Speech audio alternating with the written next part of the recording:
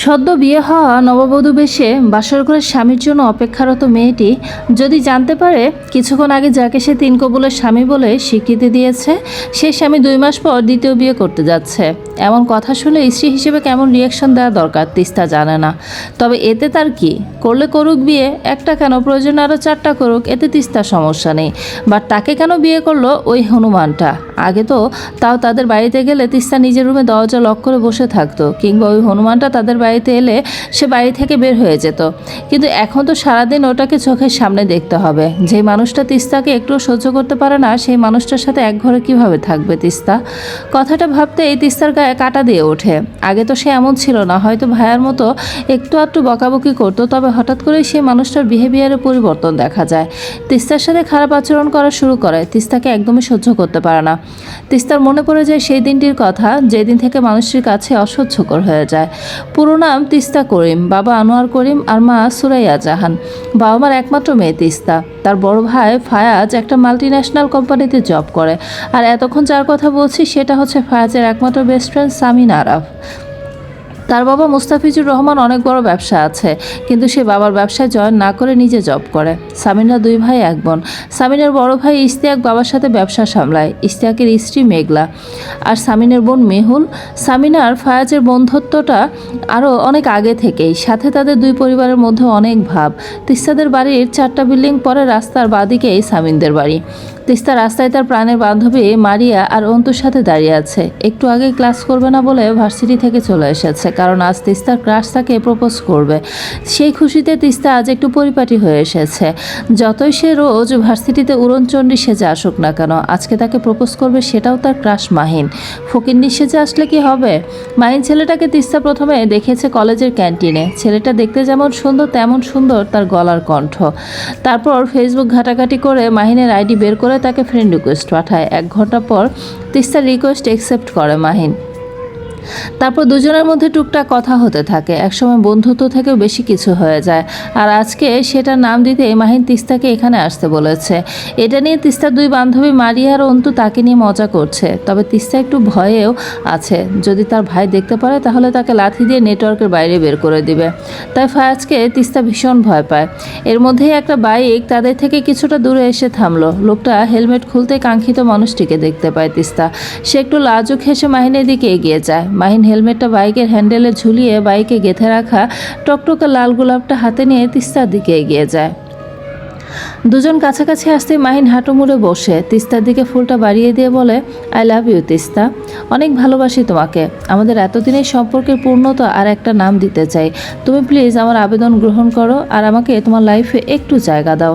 তিস্তার মুখে এখনও সেই লাজুক হাসিটা বিদ্যমান, একসাথে যোগ হয়েছে কিছুটা তীব্র অনুভূতি আর কেউ দেখে ফেলার ভয়। তবুও সে তার আড়ষ্টতাকে এক সাইডে রেখে কাপা হাতে মাহিনের হাত থেকে ফুলটা নেয়। সে হাত বাড়িয়ে মাহিনকে উঠতে সাহায্য করে। তারপর দুজনে অনেকটা সময় নিজেদের মধ্যে সময় কাটায়, একটু ঘোরাঘুরি করে। দুপুর 3টার দিকে তিস্তা বাড়ি ফিরে আসে। শরীরে কিছুটা ক্লান্তি অনুভব করলেও মনে তার হাজারটা রঙিন প্রজাপতি ডানা ঝাপটে উঠছে। মাহিন তিস্তার জীবনের প্রথম ভালোবাসা। এর আগে তিস্তা কখনো কোনো ছেলের সাথে না কথা বলেছে আর না কাউকে ভালোবেসে তার প্রপোজ অ্যাকসেপ্ট করেছে। আবার ভাই ফায়াজের জন্য সেটার সুযোগও তেমন হয়ে ওঠেনি। ফায়াজ সবসময় বোনকে চোখে চোখে রাখে, আর তার সাথে তার বন্ধু সামিন তো আছেই। সামিন যেন ফায়াজের থেকেও একটু বেশি শাসন করে তিস্তাকে।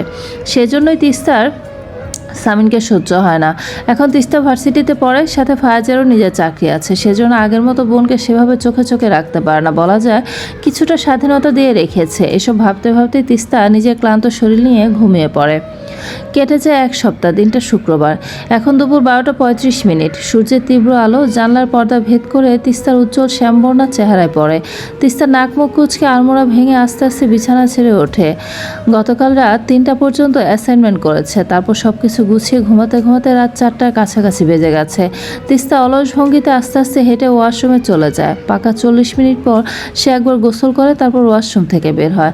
এটা তার নিত্যদিনের অভ্যাস। সে কখনো তাড়াতাড়ি গোসল শেষ করতে পারে না। আর সেদিন চুলে শ্যাম্পু করবে, সেদিন 1 ঘন্টার আগে বেরি হবে না। এটা নিয়ে সুরায়া কত কথা বলে, কিন্তু কিছুতেই তিস্তার অভ্যাসটা পরিবর্তন করতে পারে না। তিস্তা নিজেও জানে না এত সময় কেন লাগে। সে তো আর ওয়াশরুমে গিয়ে ঘুমিয়ে থাকে না, ও তো মৌলিক কাজগুলোই করে। তারপরও কেন যে এত লেট হয় তিস্তা জানে না। তিস্তা টাওয়াল দিয়ে আয়নার সামনে নিজের চুল শুকাচ্ছে। এর মধ্যেই ধপ করে দরজা খুলে তিস্তার মা সুরাইয়ার আগমন ঘটে। তিনি ব্যস্ত পায়ে তিস্তার কাছে এসে বলেন, তিস্তা, আজকে তোমাকে দেখতে আসবে, বিকেলবেলা তৈরি হয়ে থেকো, আর এখন নিচে খাবার খেতে আসো।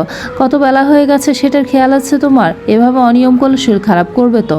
মায়ের কথা শুনে তিস্তা স্তব্ধ হয়ে যায়। এটা কি বলছে মা? তাকে দেখতে আসবে মানে? সে সুরাইয়াকে কিছু জিজ্ঞাসা করতে যাবে, তার আগে তিনি তিস্তার রুম থেকে বের হয়ে যায়। তিস্তা ধপ করে বিছানায় বসে পড়ে। প্রচণ্ড শকে তার মাথার রগ লাফাচ্ছে। সে কি করবে বুঝতে পারছে না। তিস্তা তাড়াতাড়ি নিজের ফোনটা হাতে নিয়ে মাহিনকে কল দেয়, কিন্তু মাহিন ফোনটা তোলে না। টেনশনে তিস্তার মাথা খারাপ হয়ে যাচ্ছে। তারপর সে অন্তুকে ফোন দিয়ে সব কিছু খুলে বলে। অন্তু সবটা শোনার পর তিস্তাকে বলে টেনশন না করতে, আর যে তাকে দেখতে আসবে তার কাছে তিস্তা সব কিছু খুলে বলার জন্য, যাতে সে তিস্তাকে বিয়ে না করে। অন্তুর কথায় তিস্তা কিছুটা শান্ত হয়। সে ভেবে নিয়েছে ছেলে তাকে দেখতে আসলে সে তাকে সবটা সত্যি বলে বিয়েটা ক্যান্সেল করে দিবে। বিকেল তখন প্রায় 4:30 বাজে। তিস্তা একটা মিষ্টি কালারের শাড়ি পরে নিজের রুমে বসে আছে। সে এখন পর্যন্ত জানে না কে তাকে দেখতে আসছে। টেনশনে বারবার নিজের হাত কসলাতে থাকে। এর মধ্যে সুরাইয়া এসে তাকে নিচে নিয়ে যায়। তিস্তা নিচের ড্রয়িং রুমে গিয়ে তাকে দেখতে আসা মানুষগুলোর দিকে তাকিয়ে 360 ডিগ্রি অ্যাঙ্গেলে ঝটকা খায়। তিস্তাকে দেখতে আসা লোকটা আর কেউ নয়, তার ভাইয়ের বেস্ট ফ্রেন্ড সামিন। এবার তিস্তা কি করবে? কারণ সে 100 থেকে 200% শিওর সামিন যেই লেভেলের ঘাটতারা, সে কোনোদিনও তিস্তার কথা মেনে নিবে না। কিন্তু সামিন তিস্তার জন্য বিয়ের প্রস্তাব নিয়ে এসেছে, সেটা যেন তিস্তার কাছে বিরাট আশ্চর্যের বিষয়।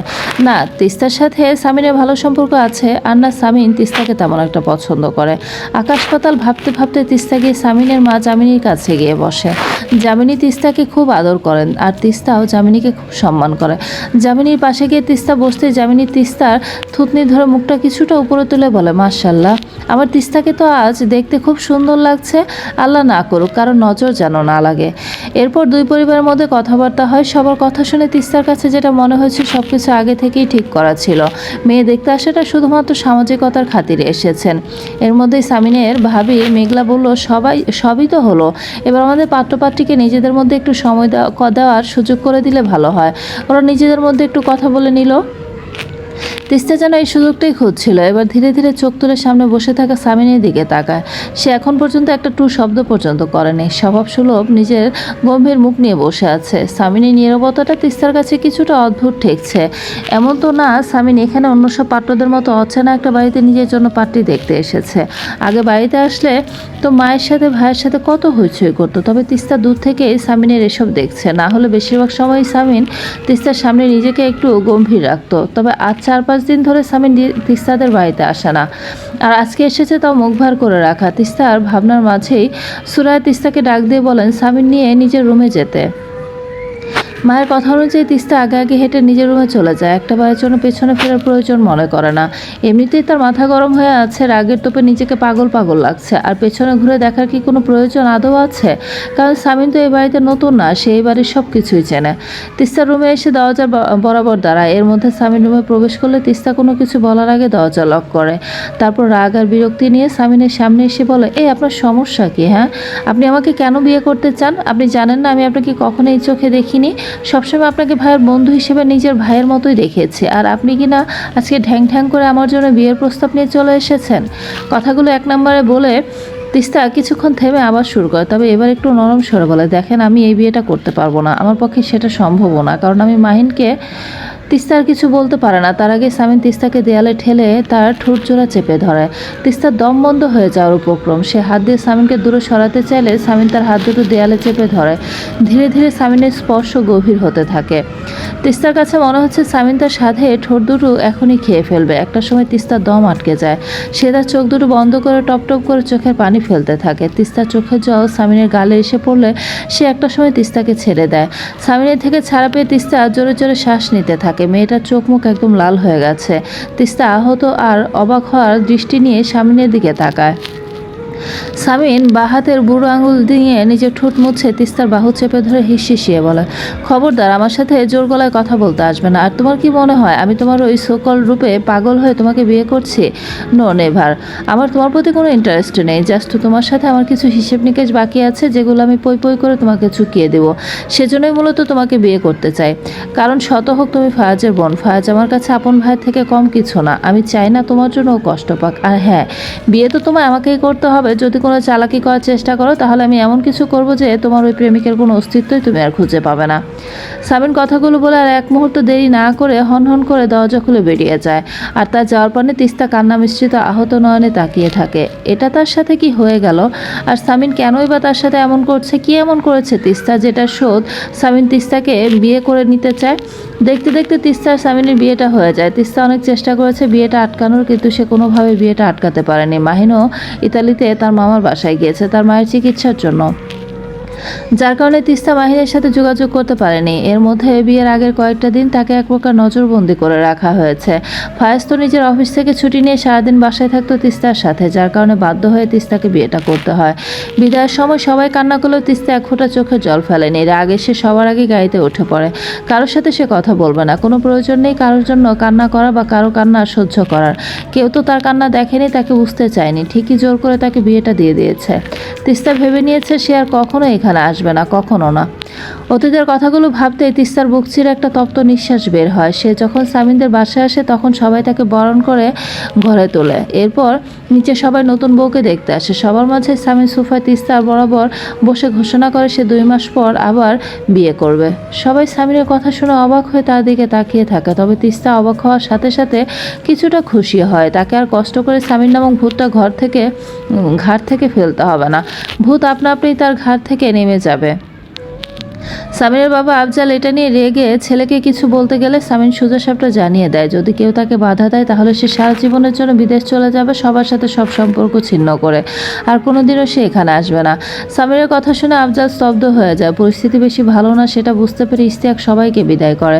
মেঘলাকে বলে তিস্তাকে সামিনের রুমে নিয়ে যেতে। পরেরটা পরে দেখা যাবে। সবার সামনে তিস্তা অসহায় আর ভীষণ আঘাত পাওয়ার ভান করলেও মনে মনে তার ভিতর লাড্ডু ফুটছে। ইচ্ছে করছে স্পিকার অন করে লুঙ্গি ডান্স দিতে। একদিক থেকে ভালোই হয়েছে, সামিন দ্বিতীয় বিয়ে করলে সেটার উছিলা দিয়ে তিস্তা তার থেকে ডিভোর্স নিয়ে নেবে। তারপর সে মাহিনের কাছে চলে যাবে, আর তারপর সে আর মাহিন নিজেদের সুখের সংসার সাজাবে।